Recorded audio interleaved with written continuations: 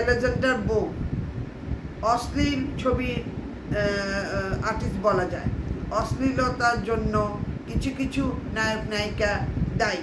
আমি নাম নাই বললাম, তার মধ্যে অধিকাংশই এবার কি বলে এফডিসির সমিতিতে নির্বাচিত হয়েছে।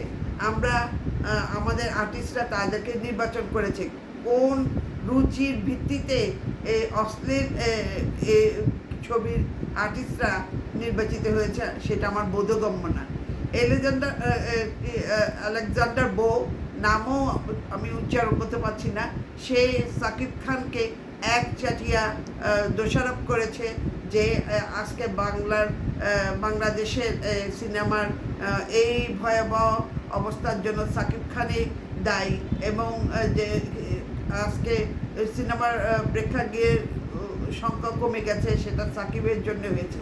সে কেমন করে যে যে মানুষটা অশ্লীল ছবির নায়ক বলা যায়, তখন কোনো মহিলা এবং বাচ্চা নিয়ে ছবি দেখা যেত না। তখন থেকে বাংলাদেশের ছবি ভয়াবহ ফ্লপ করেছে। ফ্লপ মানে কি?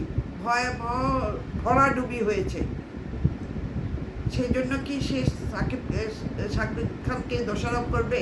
তার কি যোগ্যতা আছে সাকিব খানকে দোষারোপ করার? ধন্যবাদ জানাচ্ছি এবং বলছি এই লোকগুলি থেকে দূরে থাকবেন, এদের কথা কর্ণপাত করবেন না। ধন্যবাদ।